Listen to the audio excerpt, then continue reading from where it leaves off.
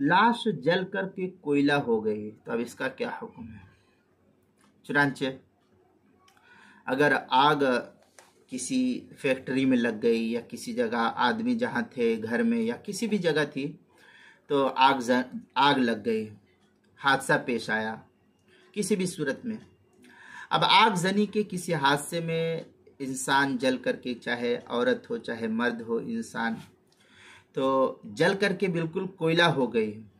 तो उसे गुस्ल अब नहीं दिया जाएगा और न ही उस पर नमाज जनाजा पढ़ी जाएगी, बल्कि किसी पाक कपड़े में लपेट करके यूं ही उसको दफन कर दिया जाएगा। बदायुस्सनाए में अला तरा इन्नल इज़ाम ला युसल्ली अलैहा बिल इजमा, बदायुस्सनाए की इबारत है, दूसरी जिल्द सफ़ा 29, मसाइल बहिश्ती ज़ेवर, मुअल्लिफ डॉक्टर अब्दुल वाहिद साहब, उसके सफ़ा 278, किताबुल मसाइल दूसरी जिल्द सफ़ा 62 पर इसको नकल किया गया है।